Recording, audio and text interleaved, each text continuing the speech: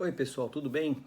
Eu sou Pedro Bortes, eu sou profissional de educação física, eu sou especialista em reabilitação cardiovascular e exercício físico para grupos especiais e eu estou aqui hoje para fazer a continuação, para dar continuidade à minha fala do primeiro vídeo que eu fiz para a Associação Nacional de Atenção ao Diabetes, que tem um programa de educação continuada e que está trazendo informações para vocês aí o tempo todo, tá? Hoje eu vim aqui para complementar a ideia dos combustíveis do nosso corpo.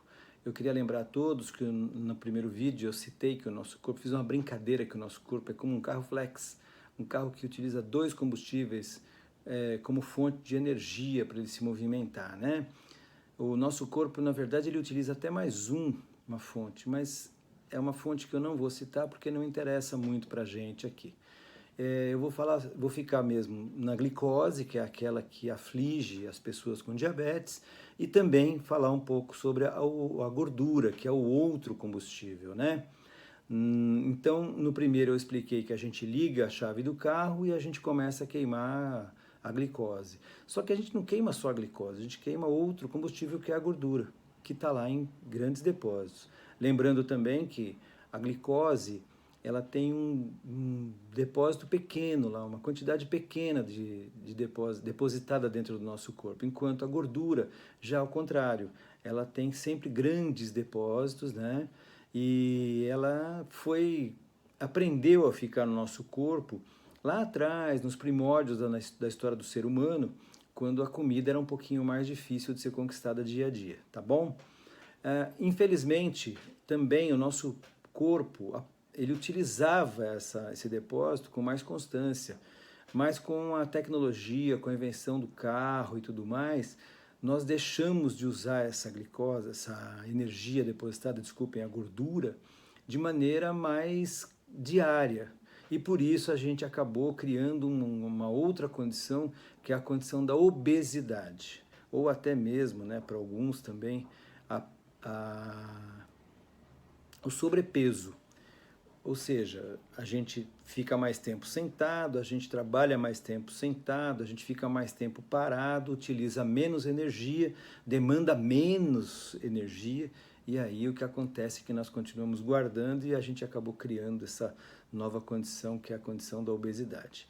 E a obesidade hoje, ela não é mais vista só como um fator estético, né? Ela é vista hoje como um fator de saúde. Nós precisamos cuidar da obesidade porque ela hoje auxilia no desencadear de outras doenças. Exemplo, síndrome metabólica, pré-diabetes, a resistência à insulina e o próprio diabetes tipo 2. Bom, e as suas causas, né, na realidade, são multifatoriais, são várias, tem várias possibilidades para o desenvolvimento da obesidade. Entre elas, né, algumas que eu separei, estão os distúrbios metabólicos, né, algumas dificuldades que o corpo enfrenta em utilizar energia, né, ou acaba guardando mais energia do que necessário. O sedentarismo também aumentou e a gente acabou com isso, guardando mais do que utilizando como era antigamente.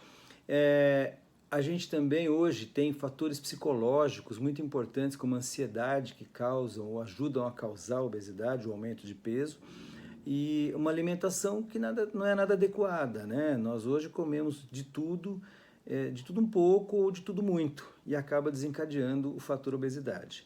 Existem outros fatores, mas esses daí eu acredito que sejam os mais importantes para a gente pensar aqui nesse momento. E como é que a gente faz para mudar esse perfil usando ou pensando como pessoa que quer fazer exercício físico e quer evitar de chegar da obesidade ao diabetes? Quando a gente faz exercício físico, para a gente perder peso, a gente tem que pensar que é necessário uma estratégia baseada em um tempo alongado de exercícios físicos, tá bom? E além do alongamento do tempo, a gente também tem alongamento do tempo, e não alongamento como uma modalidade de exercício, tá? Normalmente a gente fala muito em exercício aeróbio, a musculação também auxilia na perda de peso, tá bom? Peso de gordura. Mas a gente sempre vai pensar mesmo, nesse caso, num tempo mais longo de exercício aeróbio, que é o andar, o nadar, o andar de bicicleta, enfim. E aumentar também, pensar sempre em volume grande de exercício, tá bom? além de tudo isso, uma regularidade que varia entre 3 a 5 vezes por semana, e claro que para a gente perder peso a gente tem que pensar em pelo menos 5 vezes por semana. Tá? E nunca esquecer que tem que ter um plano alimentar muito adequado para que você possa equilibrar a demanda com aquilo que você está usando. Tá bem? Bom, isso tudo somado, então, pode trazer realmente grandes progressos e evitar que a gente desenvolva uma obesidade, e aí a partir disso a gente também pode pensar que dá para evitar de desenvolver as doenças metabólicas que eu citei para vocês. Vocês sabiam que se você reduzir 10% do seu peso corporal e fizer exercício físico com essa regularidade, você já diminui em pelo menos 60% a possibilidade de desenvolver o diabetes tipo 2. É uma coisa importante, né? 60% é muita coisa, a menos, inclusive. E quando você já tem o diagnóstico de diabetes, você acaba auxiliando no tratamento, porque quando você diminui o peso, você também diminui a resistência da entrada da glicose na célula, você diminui a resistência, aquilo que nós chamamos de resistência à insulina. E aí você tem um ganho dentro do seu tratamento de diabetes, tá bem? Eu espero que eu tenha trazido alguma informação, é tudo muito rápido, mas alguma informação importante, e que com isso a gente consiga aí ter andado mais um passinho no aprendizado, ou pelo menos na recepção de novos conhecimentos. Eu agradeço a atenção de todos e logo logo a gente vai ter um novo vídeo. Grande abraço para todo mundo, até mais.